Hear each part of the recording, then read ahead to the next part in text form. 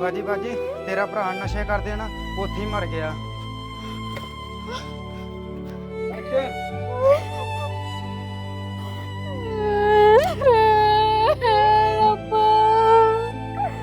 जिक्र बदमाश था मेरा भरा भी मर गया नशा कर करके। लगता है इस पिंड दे विच कोई नहीं बचना नशे तो बगैर। या अल्लाह दा बेड़ा कर दे मेरा भरा, मेरा जवान भरा मर गया। किधर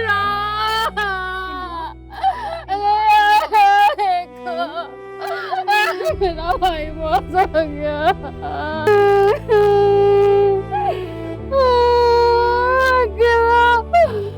अपना भरा किधर वापस से आएगी।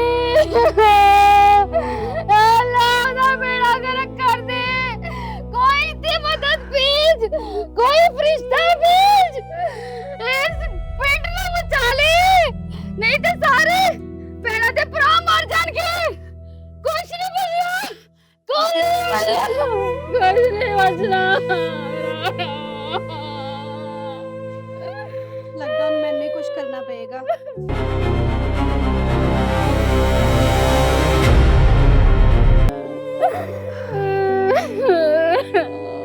उठो है ना। नहीं नहीं कहना नहीं। अच्छा हो जाते देख की हो गया देख। मेरा ते बाप पहले मेरे सिर ते नहीं है सी, और मेरा भाई भी चला गया। कितना भी आएंगे इनका तो भरा।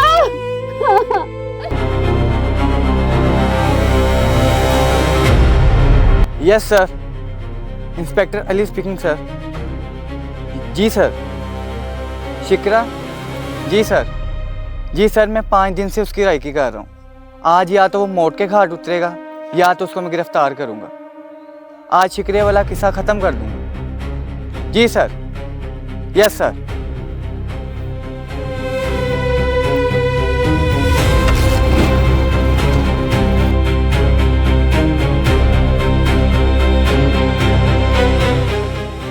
ਜਾਨੀ ਗਾਗ ਲੈ ਕੇ ਆ ਰਿਹਾ ਹੋਣਾ ਵੇ ਤੇ ਵਿੱਕੀ ਬਾਰਡਰ ਤੋਂ ਮਾਲ ਲੈਣ ਗਿਆ ਵੇ, ਉਹ ਵੀ ਪਹੁੰਚਣ ਵਾਲਾ ਹੋਣਾ। ਜਾਨੀ ਦਾ ਫੋਨ ਆਇਆ ਸੀ ਕਿ ਉਹ ਪਾਰਟੀ ਨੂੰ ਲੈ ਕੇ ਪਹੁੰਚਣੀ ਵਾਲਾ ਵੇ ਤੇ ਅਸੀਂ ਡੇਰਾ ਪਲਾਂਗੇ ਛੱਡਿਆ ਅੱਜ। ਮੇਰੇ ਮਗਰ ਪਈ ਸੀਸੀਡੀ, ਇਸੇ ਕੋਲ ਮੈਂ ਡੇਰਾ ਛੱਡ ਕੇ ਇੱਥੇ ਆ ਗਿਆ, ਪਰ ਸੀਸੀਡੀ ਨੂੰ ਇਹ ਨਹੀਂ ਪਤਾ ਕਿ ਸ਼ਿਕਰਾ ਬਦਮਾਸ਼ ਉਹਨਾਂ ਦੇ ਕਾਬੂ ਨਹੀਂ ਆਉਣ ਵਾਲਾ। ਬਿਹਤਰੀਨ बेहतरीन।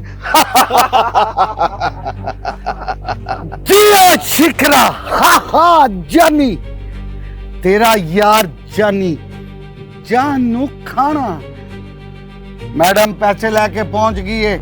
ये वो कस्टमर है कि जिन्नू माल चाहिए है, माल नहीं आया। शिकरे तेरा जुबान दा ते पक्का सी शिकरा, माल किथे आ?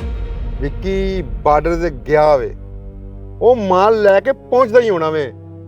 क्योंकि जानी जानू खाना है। माल लेके पहुंच रहा है, आ जाएगा। आएगा ओ देख। शिकरे ने जबान कीती होवे ते माल ना पहुंचे, ये हो नहीं सकता। माल रेडी आ मैडम, पेमेंट हेलो फड़ो पूरा 5 लाख। सीसीडी इंस्पेक्टर कायनात।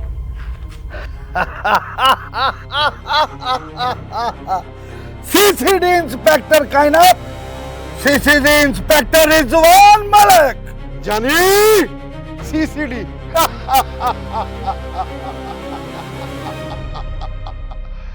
फड़ लो इनू, क्योंकि ए भी सीसीडी दे एहलकार ही ने। आ जाए सर। तुसी दोनों इन्नू फड़ो ते ए शिकरा हुण मैं फड़ांगा। आ जाए सर। गिरफ्तार कर लो इसे।